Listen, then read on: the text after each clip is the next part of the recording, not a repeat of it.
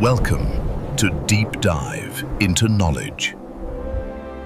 Welcome to Deep Dive into Knowledge. Mm-hmm. I want you to imagine, just for a moment, that you're walking through a familiar park on a really quiet, late afternoon. Yeah. The air is totally still. The gravel is just crunching softly beneath your shoes. Yeah. And you look around at the trees you've walked past 100 times. Right. The manicured grass, the paved paths that guide your way. Right. And in that moment, it's very easy to feel this profound sense of solitude, but also kind of a quiet dominion over the environment. Yeah, that sense of control. Exactly. We move through the world with this unspoken assumption that we are the ultimate architects of this planet. I mean, we look at our towering cities, our vast agricultural fields, our complex social systems, and we just believe we're entirely alone in our sophistication. We genuinely believe we invented the concept of civilization. But as you stand there on the path, feeling that solid earth beneath your feet, there's something slightly unsettling to consider. Right. What if the ground you're standing on is actually hiding an empire? What if, just inches beneath the soil, there is a civilization far older and in some ways far more sophisticated than our own? Because we step over these tiny, seemingly insignificant creatures every single day. We brush them right off our tables. Exactly. We ignore them on the pavement. We just assume they're these biological automatons driven by simple, blind instinct. But what if that's a complete failure of our own perception?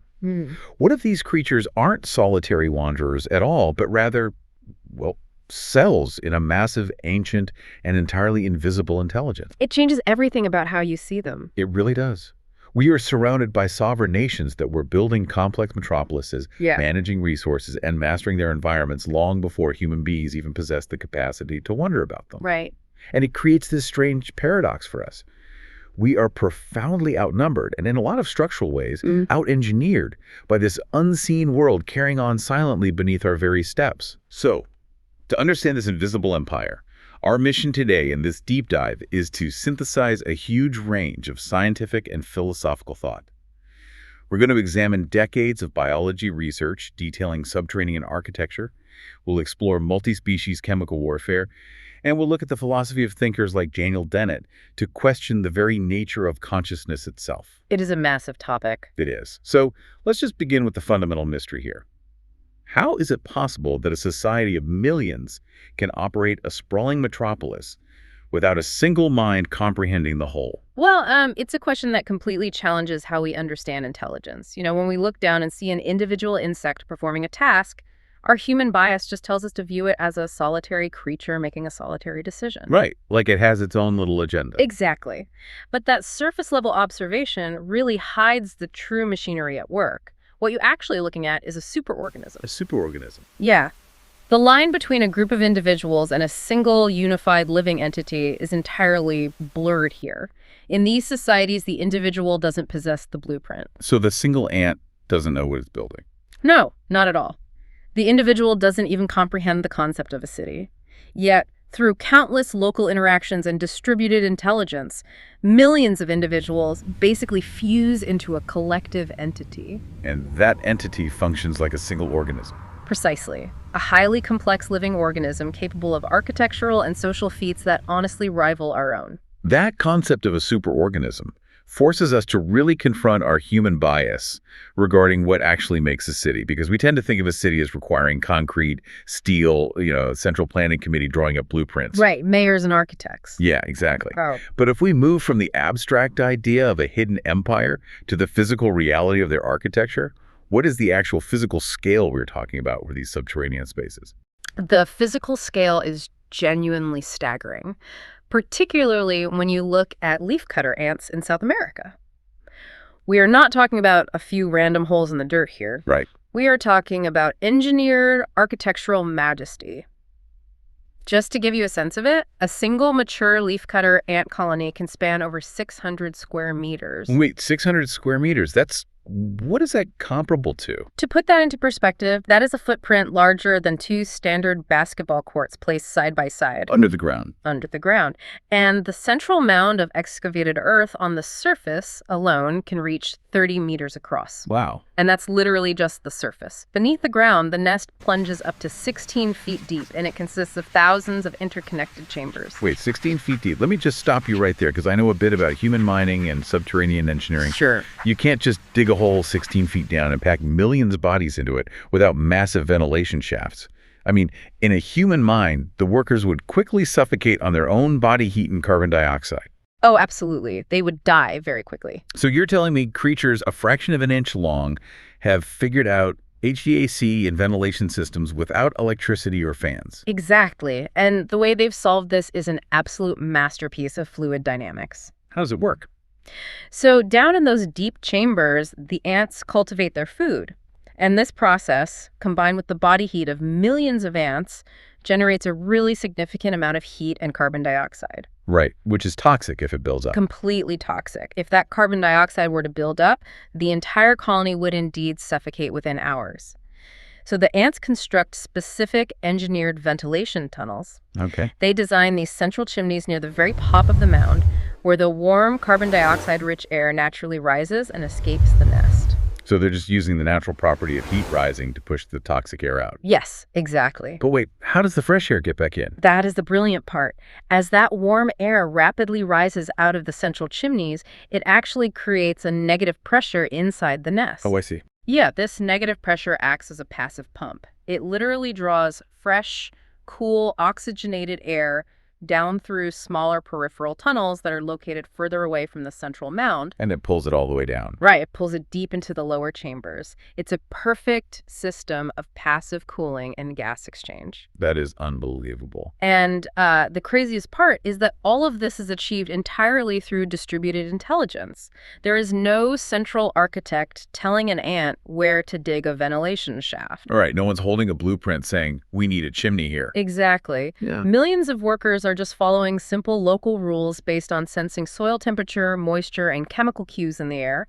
And the emergent result is a perfectly engineered, climate-controlled metropolis. So if there is no architect and no project manager, the natural question is, who is in charge? Yeah, that's the big question. Because our human history is so heavily focused on the concept of rulers.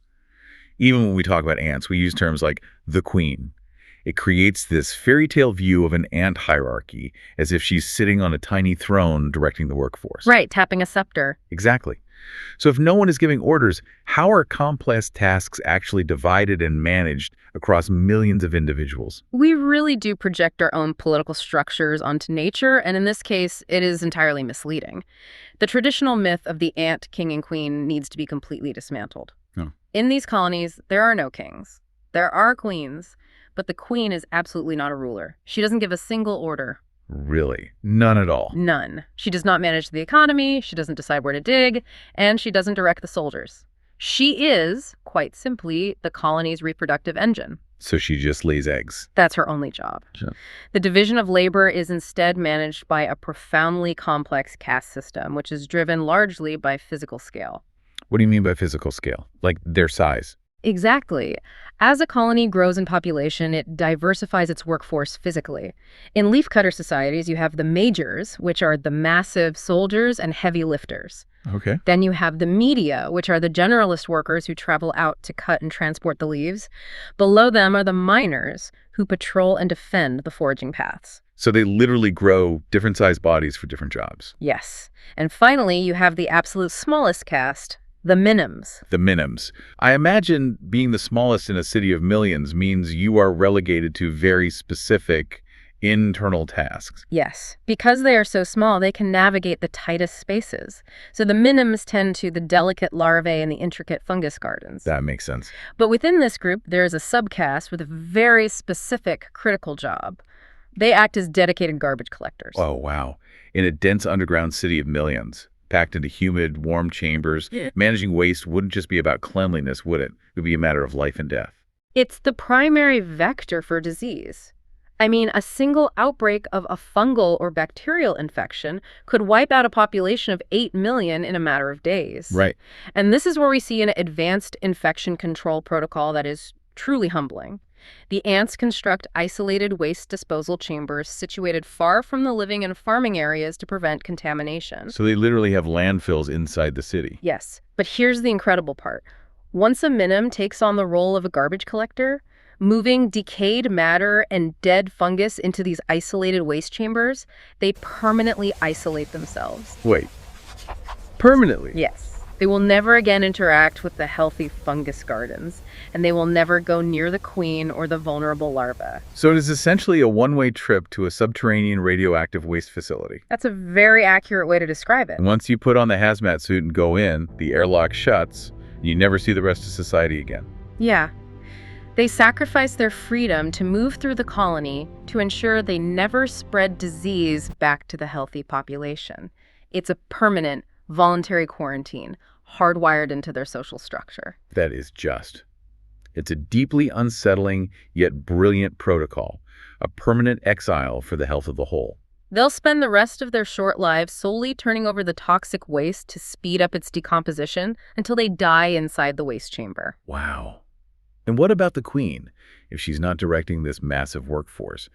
How much of the burden of sustaining this population falls solely on her biology? Because an empire of 8 million ants has a constant massive death rate. Oh, the biological burden is almost incomprehensible. Remember, she's the sole source of new life for the entire empire. Right. A single leafcutter queen will embark on one mating flight, her nuptial flight, very early in her life. And during that single event, she mates with multiple males and can store up to 300 million sperm inside a specialized organ called a spermatheca. Wait, 300 million sperm from one flight? Yes.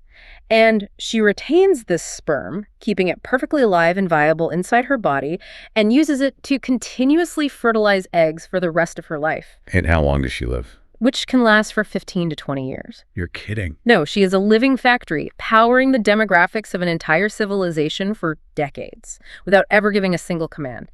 Every single ant in that massive city is her daughter. That is staggering. Having established the sheer scale of the population, a city of up to 8 million subterranean inhabitants, constantly replenished by a single reproductive engine, the natural follow-up is logistical. Feeding them? Exactly. How do you feed them? We humans take immense pride in the invention of agriculture. We view the moment we planted crops as the foundation of our civilization. Yeah, the dawn of human history. Right.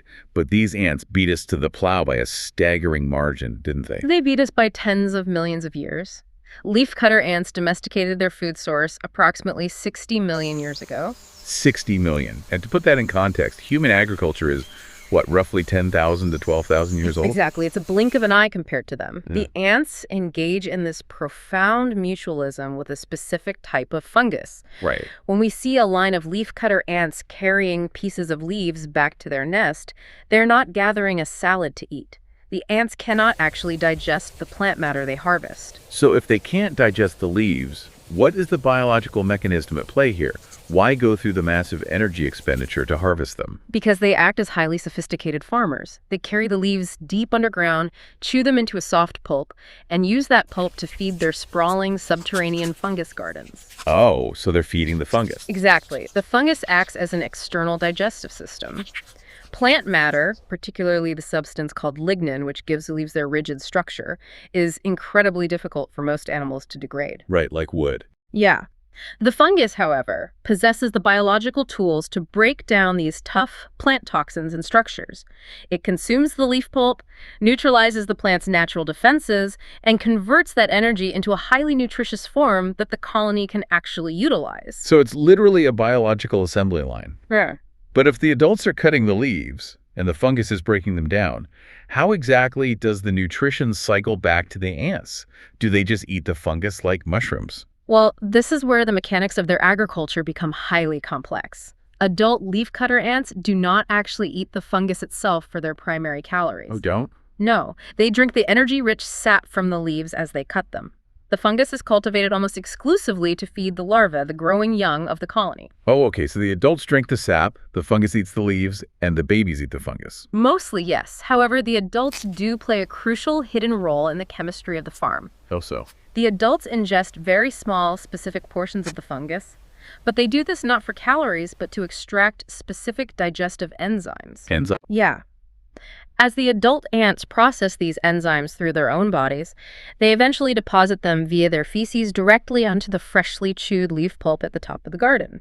Wait, so they are essentially applying a concentrated, pre-digested chemical fertilizer to the new crops. Precisely. They're actively managing the chemical composition of the soil. Yes, they are physically moving vital enzymes through their own digestive tracts to optimize the growth of the fungus.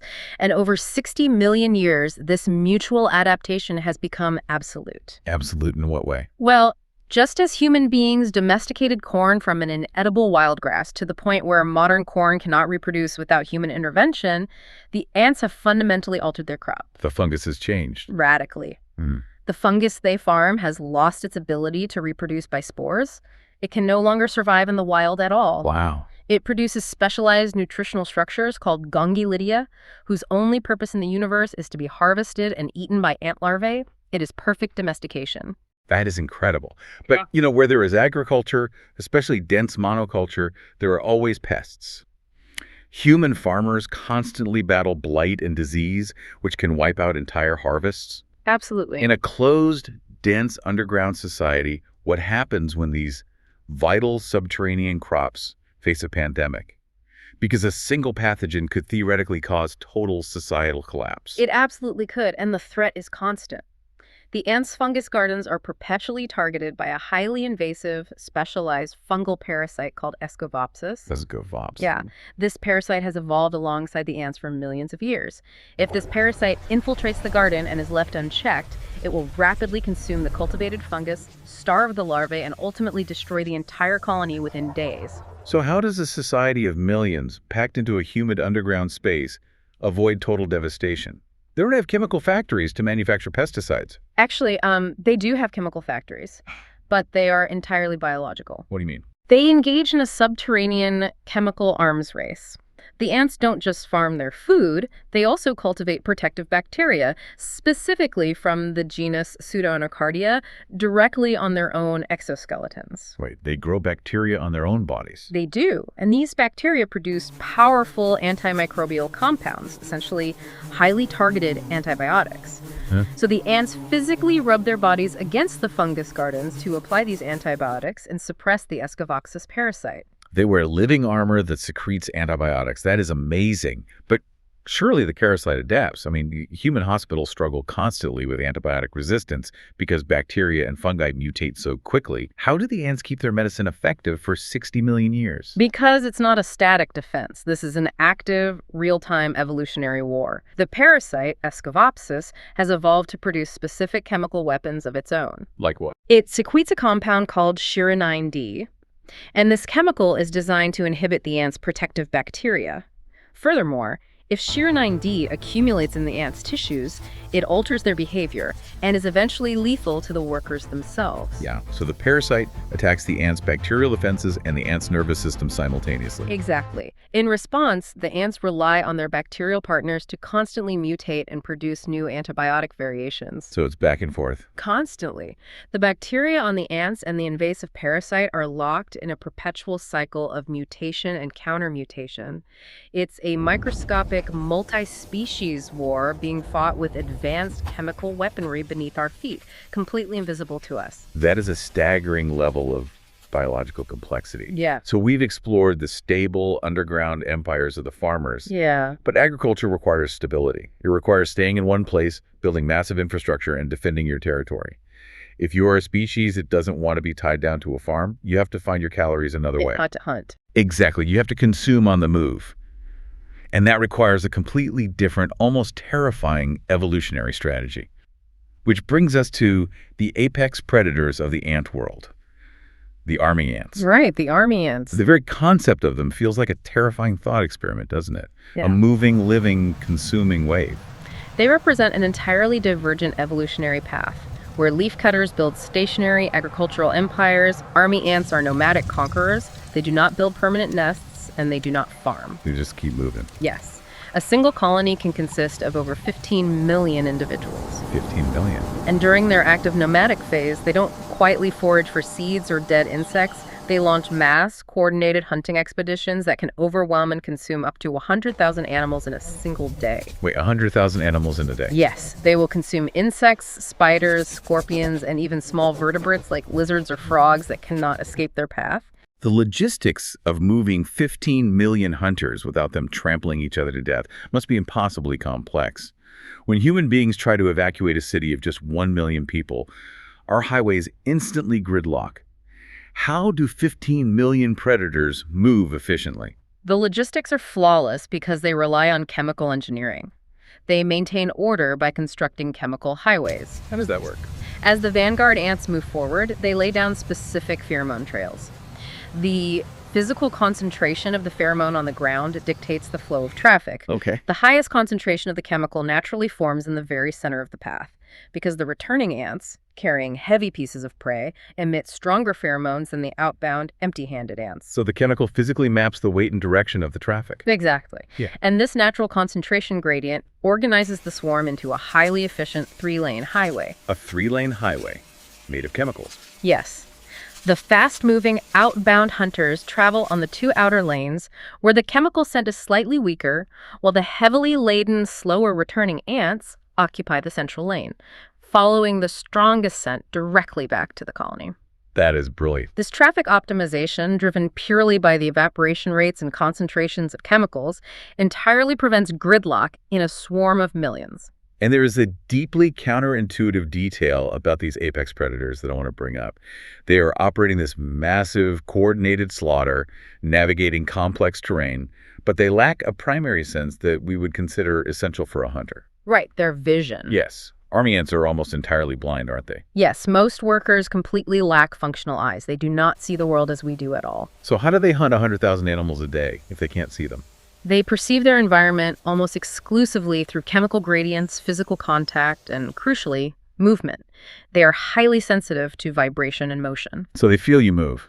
Exactly. If a creature in the path of the swarm panics and runs, the movement triggers an immediate, overwhelming attack.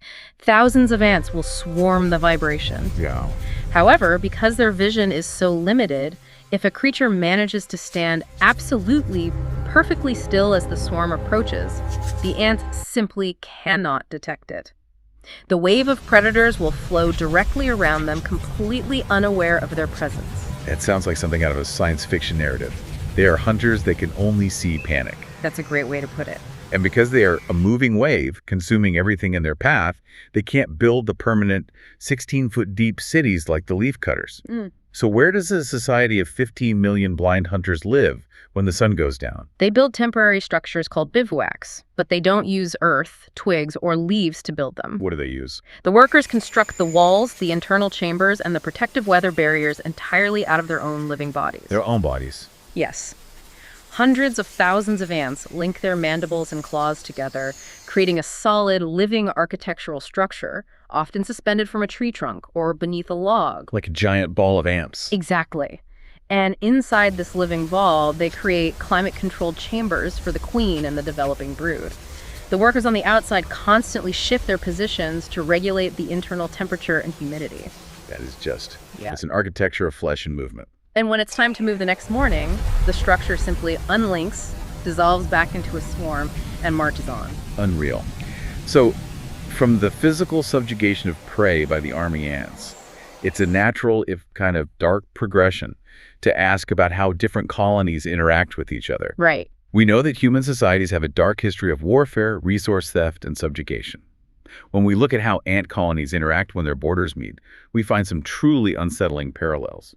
They engage in strategic warfare and forced labor, don't they? They do, and the mechanisms of this conflict are highly sophisticated. Ant colonies are fiercely territorial. Because they operate in dense environments, competition for resources is absolute. So how do they know who is who? They identify members of their own society through a shared chemical signature-specific cuticular hydrocarbons on their exoskeletons. Cuticular hydrocarbon. Yes. You can think of it as a complex, waxy layer on their shell. Every ant in a specific colony has the exact same ratio of these chemicals. This is a chemical passport. Entirely. Anyone lacking that exact chemical passport is treated instantly as a hostile invader. So there's no visual recognition. If you smell wrong, you are the enemy. Exactly. When borders clash, it can result in prolonged, brutal warfare where millions die. But some species have evolved beyond mere territorial disputes. They have developed mechanisms for profound psychological and chemical subjugation. Which are what? These are often referred to as slave-making ants, though the biological term is doulosis. Slave-making is a very heavy human term to apply to insects. I want to push back on that slightly. Are we just projecting human malice onto them, or is there a genuine structural parallel here? How exactly does an ant enslave another? The term is heavy, but biologically it accurately describes the structural dynamic. It is achieved through calculated raids and profound chemical manipulation. Okay, walk me through a raid. A doulotic colony will launch a coordinated strike against a weaker, different species of ant colony. Their primary objective during this raid is not to kill the adult workers, but to bypass them, penetrate the deeper chambers, and steal the unhatched eggs and pupa. They are stealing the next generation. Yes. They carry the stolen brood back to their own nest. And when those captured ants eventually hatch, they have a critical biological vulnerability. Which is? An ant's concept of family is not hardwired at birth. It is learned in the first few days of life based on the surrounding scent. Oh, no. So because they hatch in the enemy net. Because they hatch surrounded by the cuticular hydrocarbons of the conquering colony, they imprint on their captors. They fundamentally believe they belong to the enemy colony. That is a staggering level of manipulation. They will spend their entire lives foraging for food, maintaining the nest, and fiercely defending the young of the very ants that conquered them. Meanwhile, the conqueror ants often lose the ability to care for themselves at all, dedicating themselves solely to warfare and reproduction. It is subjugation through complete sensory deception. Exactly. And the tactics they use during these raids are equally deceptive. They don't just rely on brute force to overwhelm the defenders, do they? Not at all. Brute force results in high casualties, which is inefficient. Instead, some species deploy what biologists term propaganda pheromones. Propaganda pheromones. Yes. During a raid, the invading ants spray a specific chemical weapon that completely scrambles the communication systems of the defending colony. What does it do to them? To the defenders, it acts like an intense alarm signal that never stops. It induces a state of absolute panic and confusion, often causing the defending ants to lose their ability to distinguish friend from foe. Wait, so they turn on each other? Yes. They will begin attacking their own sisters, tearing their own colony apart, while the invaders quietly slip past the chaos to steal the brood. That is just ruthless. And other species use highly targeted tactics, acting almost like assassins. They infiltrate a rival nest under the cover of darkness, entirely avoiding the workers, with the sole objective of executing the rival queen. Which kills the colony. Yes, thereby ensuring the slow, inevitable collapse of the entire enemy society. It paints a picture of an incredibly dense, violent, and active world beneath the soil. Which brings us to a significant problem of physics and administration. Okay. In human societies, as our cities grow, they struggle. Think about your morning commute. The bigger your city gets, the worse the traffic is, the more taxes you pay for infrastructure, and the more energy is wasted. Right, urban sprawl. Bureaucracies bloat, and resource management becomes exponentially more difficult. Yet we are talking about empires of millions of ants engaged in farming, complex warfare, and city building. How does an ant colony manage its energy as it scales up without collapsing under its own weight? This is one of the most fascinating areas of current research, often referred to as the study of hypometric scaling. Hypometric scaling. Yeah. In human cities, as the population grows, the energy required to maintain the city, the infrastructure, the logistics, grows at an even faster rate. As you mentioned, a larger city becomes proportionally more expensive and less efficient to run per individual. Right. And colonies do the exact opposite. As a colony grows from a few thousand to several million individuals, its per capita energy expenditure actually decreases. Wait, a massive colony is fundamentally more energy efficient than a small one? Yes. How is that mathematically possible? If you add 1 million workers, you add 1 million mouths to feed, 1 million bodies generating heat, and 1 million individual metabolisms. How do they achieve this efficiency? They achieve it through a mechanism called reverse social contagion, which is a triumph of distributed intelligence. Okay, break that down for me. In human crowds, we often see regular social contagion. If a few people start running in a dense crowd, panic spreads, and soon everyone is running, expending massive amounts of energy. Right. In a large ant colony, they exhibit the exact reverse. If a large number of ants are out foraging and working, the pathways become crowded, When an individual ant is moving through the nest or a tunnel, it constantly touches its antenna against the ants it passes. Just feeling who's around. Yes, and this allows it to measure its encounter rate. When an ant experiences a very high rate of encounters with other busy workers, it does not join the friend zone. It doesn't. No. Instead, it processes that high physical density as a chemical signal that the colony's labor needs are currently met, or that the system is nearing gridlock. That makes mathematical sense. But biologically, how does an ant know to do that? Humans have supervisors telling us to clock out or traffic lights telling us to stop. If the ant has no boss and a brain the size of a grain of sand, how does it calculate that the system is overworked? It is entirely chemically programmed. When the encounter rate crosses a specific threshold, it triggers a neurological response in the individual ant to simply power down. Power down, like a machine. Yes, the ant will voluntarily stop moving. It will find a quiet space in a tunnel or a chamber and remain entirely idle, sometimes for hours. You're saying they just go to sleep on the job? Essentially, yes. No central boss commands the worker to take a break. It is an emergent, mathematically beautiful behavior arising entirely from local interactions. By voluntarily halting, they conserve the colony's massive energy reserves and prevent the logistical gridlock that destroys human efficiency. So they actively choose to do nothing for the greater good of the system. Precisely. In fact, research has shown that a colony's collective metabolism operates at its absolute peak efficiency when exactly 29% of its mass consists of brood, the developing young. 29%. That is incredibly specific. It is. The colony organically self-regulates its demographics, constantly balancing the number of non-working young with the active adult workforce to maintain this precise, perfect energy balance across millions of individuals. It's a level of optimization that human organizations spend billions of dollars trying to achieve with supercomputers. And there is a famous concept in problem solving called the piano movers puzzle, which I think perfectly illustrates how their collective intelligence compares to our individual reasoning. Yes, the piano movers puzzle. It's a classic spatial problem used in cognitive science. How do you navigate a large, awkwardly shaped object through a complex environment filled with obstacles? Like getting a piano up a twisting staircase. Exactly. When researchers give this type of spatial puzzle to human teams, the humans almost always prioritize short-term, greedy solutions. Meaning they just try to force it. Right. They try to take the most direct route, they argue about direction, they push forcefully against obstacles, and they often get the object completely stuck in a corner.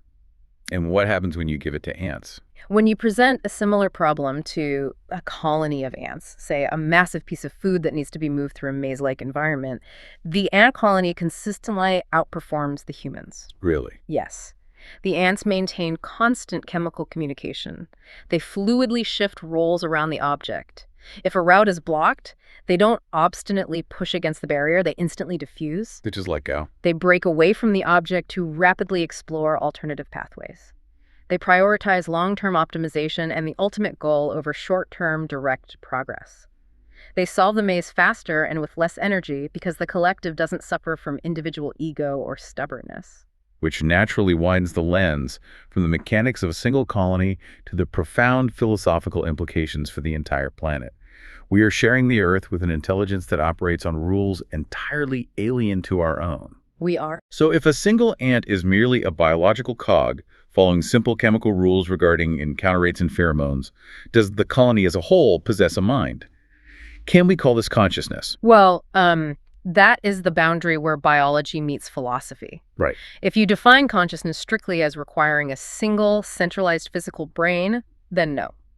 But the concept of the superorganism suggests that intelligence, memory, and perhaps even a form of mind can be distributed. Distributed how? Like a network. Exactly. Ant colonies possess clear memories that outlast any individual ant. Wait, a colony has memories? It does. A colony can remember the locations of past threats or the most bountiful foraging grounds from weeks prior and optimize its current behavior based on those past experiences. But the ants don't live very long. Right. No single ant holds that memory. The memory is stored in the physical network of chemical trails and the shifting response thresholds of the collective workforce. That is wild. Furthermore, we observe that colonies develop distinct, persistent personalities. Personalities? You mean like an aggressive colony versus a shy one? Exactly. Even within the same species, facing the exact same environment, one colony might behave as collectively bold and aggressive, rapidly exploring new territory and taking risks. Meanwhile, a neighboring colony might be collectively timid, cautious, and defensive. And that persists. These traits persist over the lifespan of the colony, regardless of the fact that the individual worker ants within the colony are constantly dying and being replaced every few months. The personality belongs to the superorganism, not the insect. So the mind exists in the space between them. It is the network itself. Exactly. The philosopher Daniel Dennett has argued extensively that consciousness does not require a single locus, a single central point of experience like we perceive in ourselves. It can just be decentralized. It can exist across a network. Think of the human brain. A single neuron is not conscious. It's just a cell reacting to chemical and electrical stimuli. But connect 86 billion of them together, and you get human consciousness. Connect 15 million ants together, trading chemical signals instead of electrical ones, and you get a superorganism. We see this principle being applied right now by computer scientists and engineers who study ant behavior to design routing algorithms for global internet traffic and to program autonomous swarm robotics. Really? Our tech is based on ants. Yeah, the ants prove that profound, adaptable intelligence can emerge entirely from a distributed network of simple interactions. If we connect all of this to the bigger picture, what does this realization do to our understanding of our own place in the world? Because we rely so heavily on our top-down structures. I think it offers a deeply humbling reflection. Human survival, our entire modern civilization, is entirely dependent on top-down control. Yes, it is. We require leaders, laws, blueprints, and individual comprehension of complex systems to keep our cities from collapsing. We celebrate the individual genius, but the ants represent a completely divergent and arguably more resilient path of evolution. How so? They prove that perfect harmony, staggering architectural complexity, and sustainable agriculture can arise without a single mind comprehending the whole. They achieve global dominance not through individual brilliance, but because every individual is wired to prioritize the survival of the whole over themselves. It is a biological masterpiece of decentralized existence. It changes everything about how you perceive the ground beneath your feet. It really does. I want you to picture the next time you step outside. Yeah. You're walking down the pavement or perhaps standing in your garden, and you see a single solitary ant crossing the concrete carrying a tiny crumb. Mm-hmm. Before today, it was just an insect, an insignificant speck in your world. But now you know what you are actually looking at. Yeah. You are not looking at a mere beg. You are looking at a single cell of a much greater mind. You are looking at a citizen of an ancient sovereign nation, a nation that was mastering agriculture, waging complex chemical warfare, and engineering climate-controlled cities, while our own ancestors were still struggling to figure out how to make fire. They do not need our blueprints, and they do not need our recognition. They have been quietly sustaining their empires for 60 million years right beneath our boots. We call them underground kingdoms because we lack the language for what they truly are. Mm-hmm. But it also leaves us with one final, unsettling question to ponder. If ant colonies act as single superorganisms, trading chemicals and signals to form a massive distributed brain, what happens when human beings, connected to the internet, exchanging trillions of digital signals a day, reach our own critical mass? Wow. Are we right now unknowingly forming a global superorganism of our own? As you walk through the world today, remember the ancient, quiet intelligence carrying on beneath your feet. Thank you for listening.